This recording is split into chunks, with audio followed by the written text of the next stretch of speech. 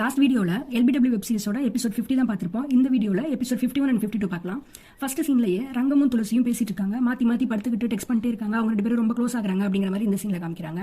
Next சீனில் ரிஷியை ஹாஸ்டலில் stay பண்ண சொல்லியிருப்பாங்கல்ல. இப்போ ரிஷி வந்து தூங்கிட்டு இருக்கான். பார்த்தா அவனால் தூங்கவே முடியல. ஒரு பக்கம் என்னன்னா கொரட்டை சத்தம் கேட்குது, ஒரு பக்கம் இந்த வீரா காலை மேலே மேலே தூக்கி போட்டுட்டு இருக்கான். அவனுக்கு ரொம்ப டிஸ்டர்பாக இருக்குது.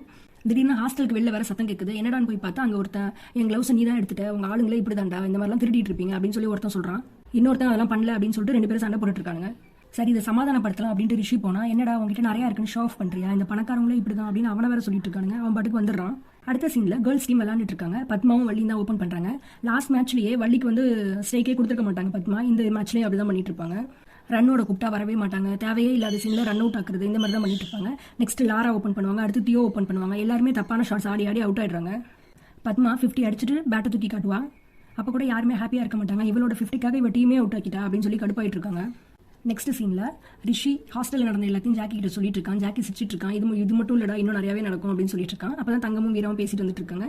தங்கம் வந்து அவங்க அம்மா அப்பா கிட்ட மணி எப்படிலாம் பேசினா அப்படின்னு சொல்லி வீராட்ட சொல்லிட்டு இருக்காங்க. உடனே பாண்டு மணி கிட்ட கேட்குறான், என்னடா அம்மா வச்சு பொண்ணை உஷார் பண்ணலான்னு பார்க்குறியா அப்படின்னு கேட்டுட்டு இருப்பான். தங்கம் எல்லாருக்கிட்டே அப்போ சொல்லிட்டு இருக்கா, எங்கள் அம்மா அப்பா வந்து அகாடமிக்கு வர போகிறாங்க அப்படின்னு சொல்லும்போது என்ன டென்ஷனே இல்லாமல் இருக்கு அப்படின்னு லாரா கேட்குறா. அதுக்கு தான் மணி இருக்கானே அப்படின்னு சொல்கிறாவ. பார்த்தா மணி ஒரு ஸ்கிரிப்ட் எடுத்து நீட்டுறான். ஒவ்வொருத்தவங்களுக்கும் ஒரு பேப்பர் கொடுத்துட்டு இது மாதிரி தான் நாளைக்கு எல்லாரும் பிஹேவ் பண்ண போறீங்க அப்படின்னு சொல்லிட்டு போவான். நெக்ஸ்ட் சீனில் ரங்கன் எல்லா பிளேயர்ஸையும் டீம் மீட்டிங்காக கூப்பிட்டுருப்பாரு. அப்போ பத்மா சொல்லுவாங்க, என்னோட ஸ்கோர்ஸ்லாம் நீங்களே பார்த்துருப்பீங்க சார், ஓப்பனிங்க்கு நான் தான் சரியான ஆள், வேணும்னா மற்ற பிளேயர்ஸ் கிட்ட கூட கேட்டுக்கோங்க அப்படின்னு சொல்லும்போது, ஏங்க மற்ற பிளேயர்ஸ் கிட்ட கேட்கணும், அதான் நானே பார்த்தனே அப்படின்னு சொல்லிட்டு ரங்கன் சொல்றாரு. சொல்லிட்டு என்னோட ஃபைனல் டிசிஷன் ஃபர்ஸ்ட் வந்து வள்ளியும் லாராவும் தான் ஓப்பன் பண்ணுறாங்க, பத்மா 1 டவுனில் இறங்குறாங்க அப்படின்னு சொன்னதும் பத்மா டென்ஷன் ஆயிடுறாங்க. எதுக்கு இப்படிலாம் சார் பண்ணுறீங்க அப்படின்னு சொல்லும்போது, தியோ கூட சார் அவங்களோட ரன் வந்து இம்ப்ரூவ் ஆயிருக்கு, ரொம்ப அக்ரெசிவாக கூட ஆடுறாங்க, அதனால பவர் பிளேக்கு கூட கரெக்டாக இருக்குமே, அப்போ பத்மாவே ஓப்பன் பண்ணட்டுமே அப்படின்னு சொல்லும்போது ரங்கன் சொல்றாரு, ஸ்கோர்ஸ் வந்து இம்ப்ரூவ் ஆயிருக்கு தான், பட் இருந்தும் நம்ம டார்கெட்டை ஏன் ரீச் பண்ணல அப்படின்னு கேட்குறாரு. இன்ஃபேக்ட் இந்த வள்ளி அடிச்ச ஸ்கோரும் அவரோட ஸ்ட்ரைக் ரேட்டும் தான் நம்மளோட டார்கெட் அட்லீஸ்ட் கிட்ட போறதுக்காக ஹெல்ப் பண்ணிருக்கு. டேரக்டா சொல்லணும்னா பத்மா நீங்க வந்து உங்களோட பர்சனல் மைல் ஸ்டோனுக்காக தான் விளையாடுறீங்களே தவிர டீமுக்காக விளையாட மாட்டீங்க அப்படின்னு சொல்லிட்டு இருக்காரு. ஆனா பத்மா இதை ஒத்துக்கவே இல்லை. சரி உங்க பிளேயர்ஸ் கிட்டே கேட்கறேன் அப்படின்னு தியோவை கூப்பிட்டு ஒரு சினாரியோ கொடுக்குறாரு. ஃபர்ஸ்ட் வந்து 40 பால்ஸ் ஒருத்தவங்க செம்மையா அடிக்கிறாங்க, அப்புறம் அடுத்து 40 60 பால்ஸ் வந்து பால் நிறைய வேஸ்ட் பண்ணி ஆவரேஜா ஆடிட்டு இருக்காங்கன்னா மற்ற பிளேயர்ஸ்லாம் என்ன பண்ணுவாங்க அப்படின்னு கேட்கும்போது தியோ சொல்றாங்க, மற்ற பிளேயர்ஸ்லாம் அது கொஞ்சம் ப்ரெஷரா இருக்கும், அது உண்மைதான், அப்போ வந்து சீக்கிரமே தப்பான பால்ஸ்லாம் அடிக்க ஆரம்பிச்சு சீக்கிரமே அவுட் ஆயிடுவாங்க அப்படிங்கிற மாதிரி சொல்லிட்டு இருக்காங்க. இதுதான் இங்க நடந்துச்சு அப்படின்னு சொல்லிட்டு மற்ற பிளேயர்ஸும் உடனே சப்போர்ட் பண்றாங்க. உடனே பத்மா சொல்றாங்க, ஏதோ சொல்லி நீங்க வேணும்னே என்ன ஓப்பனிங் ஆட விடாம பண்றீங்க, நான் மட்டும் ஓப்பனிங் ஆடலனா இந்த டோர்னமெண்ட்லயே நான் இருக்க மாட்டேன் அப்படின்னு சொல்லும்போது, இது வந்து டீம் ஸ்போர்ட், இங்க டீம் மேல அக்கறை இருக்கவங்க மட்டும் இருந்தா போதும், அப்படி இல்லைன்னா வெளில போயிட்டே இருக்கலாம் அப்படின்னு சொல்றாரு. இங்க என்ன பிரச்சனை தெரியுமா, உங்க ஆட்டிடியூட் தான் இங்க ப்ராப்ளமே, இங்க மிரட்டி பொசிஷன் வாங்கலாம் நினைக்காதீங்க, உங்களோட ஆட்டிடியூட்ல நாங்க ஆள் கிடையாது அப்படிங்கிற மாதிரி சொல்லிடுறாரு. வள்ளியும் லாராவும் தான் ஓப்பன் பண்றாங்க, இதான் ஃபைனல் அப்படின்னு சொல்லிட்டு போயிட்டே இருப்பாரு. போறப்ப பார்த்தா இன்னொரு சைட்ல மணி அந்த பேப்பர் வச்சு நின்றுட்டு இருப்பான். பேப்பர் இவர்கிட்டையும் கொடுத்துட்டு, சார் நீங்க வந்து ஒரு பேக்கப் தான், இருந்தாலும் வந்தாங்க உங்களுக்கு அப்படின்னு சொல்லிட்டு அவருக்கு ஒரு பேப்பர் கொடுக்குறோம்.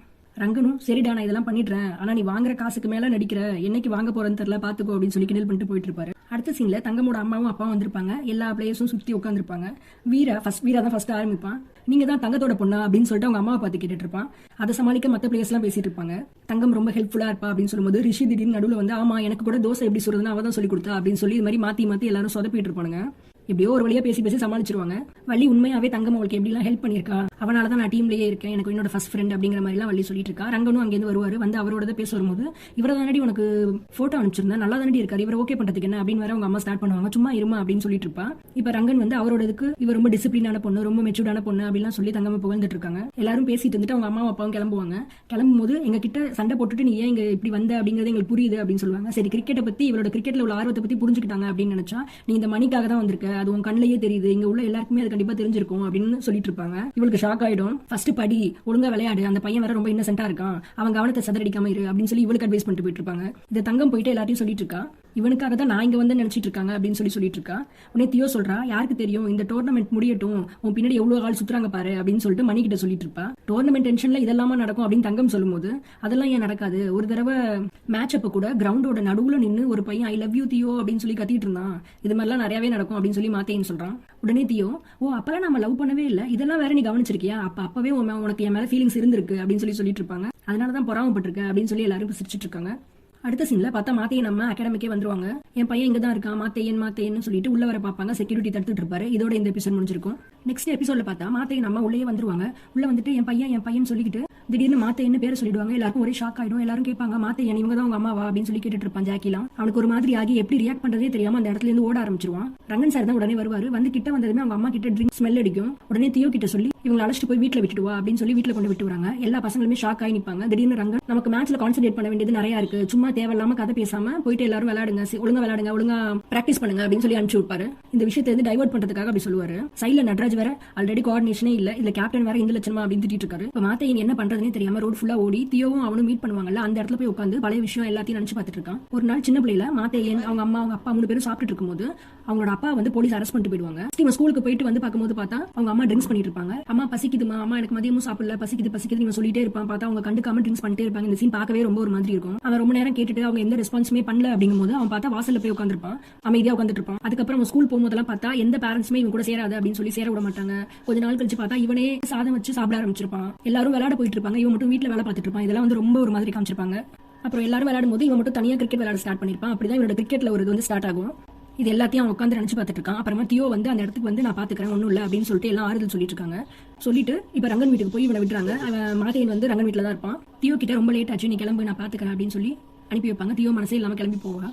நடுவில் வந்து ரங்கன் வந்து வா போலாம் அப்படின்னு சொல்லிட்டு ஒவ்வொரு நாளும் கூப்பிட்டுட்டே இருப்பாரு. ஆனால் அவன் வரவே மாட்டான், எந்த பதிலுமே சொல்லாம உட்காந்தே இருப்பான். அப்படியே உட்காந்து திங்க் பண்ணிட்டே இருக்க மாதிரி காமிச்சிட்டு இருப்பாங்க. ஒரு நாள் இதே மாதிரி நீ பண்ணிட்டு இருந்தீங்கன்னா என்ன மாதிரி நீயும் காணாம போயிடுவ, ஏதாவது ஒரு ப்ரெஷர்னா அதுல இருந்து வெளியில வரப்பாரு, நீ இது எல்லாத்தையும் மறக்கதான விளையாடவே ஸ்டார்ட் பண்ண, இப்போ இந்த ப்ரெஷர் வரும்போது நீ கண்டிப்பா இன்னும் நல்லா விளையாடணும் அப்படின்னு சொல்லி மோட்டிவேட் பண்ணிட்டு இருப்பாரு. நெக்ஸ்ட் சீன்ல ஆங்கர் அகாடமியை காமிப்பாங்க. அங்க ராஜசேகரும் கிரீஷும் உட்காந்து பேசிட்டு இருக்காங்க. அங்க ராஜசேகர் சொல்லிட்டு இருப்பாரு, இந்த டீம் பிடிக்காதவங்க, கோச் ஒரு ப்ராப்பரான கோச் இல்லாதவங்க, ஒரு சப்போர்ட்டே இல்லாதவங்க நிறைய பேர் இருப்பாங்க, அந்த மாதிரி உள்ளவங்களை கூப்பிட்டு நான் ஸ்கவுட்ல சேர்க்க போறேன் நம்ம டீம்ல அப்படின்னு சொல்லும்போது கிரீஷ் வந்து சொல்லுவான், இந்த மாதிரி எனக்கு எம்என்சிஎல் 2 பிளேயர்ஸ் தெரியும், அதெல்லாம் நான் டோர்னமெண்ட் பாத்துக்கிறேன், கவலைப்படாதீங்க அப்படின்னு சொல்லிட்டு இருப்பான். அடுத்த சீன்ல பத்மா நட்ராஜ் கிட்ட போய் சொல்றான், சார் மாத்தையனை தானே தேடிட்டு இருக்கீங்க, அவன் எங்க இருக்கான்னு எனக்கு தெரியும், அவன் ரங்கன் சார் வீட்டில் தான் இருக்கான் அப்படின்னு சொல்லி போட்டு கொடுத்துட்டு இருப்பா. உடனே நட்ராஜ் கோவமா வந்து என் டீம் விஷயத்துல தலையிடக்கூடாதுன்னு உங்கள்கிட்ட எத்தனை தடவை சொல்லியிருக்கேன் அப்படின்னு சொல்லி ரங்கன் கிட்ட கத்தும்போது, இந்த அகாடமிக்கு வெளியில யாருமே நம்மளோட ஸ்டூடெண்ட்ஸ் கிடையாது, அவங்க என்ன பண்ணணும் பண்ணக்கூடாதுன்னு சொல்ற ரைட்ஸ் வந்து நமக்கு கிடையாது அப்படின்னு சொல்லி ரங்கன் கோவமா பேசுவாரு. அவன் கண்டிப்பா டோர்னமெண்ட்டுக்கு வருவான், அதுக்கு நான் பொறுப்பு, ஆனா அவனை யாராவது ட்ரபிள் பண்ணணும்னு நினைச்சா இனிமே பழைய ரங்கனை பாப்பீங்க, நான் தான் அவனோட கார்டியன், எனக்கு கேட்கறதுக்கு எல்லா உரிமையும் இருக்கு, அது எவனா இருந்தாலும் சரி அப்படின்னு சொல்லிட்டு போயிட்டே இருப்பாரு. இதோட இந்த எபிசோட் முடிஞ்சிடும்.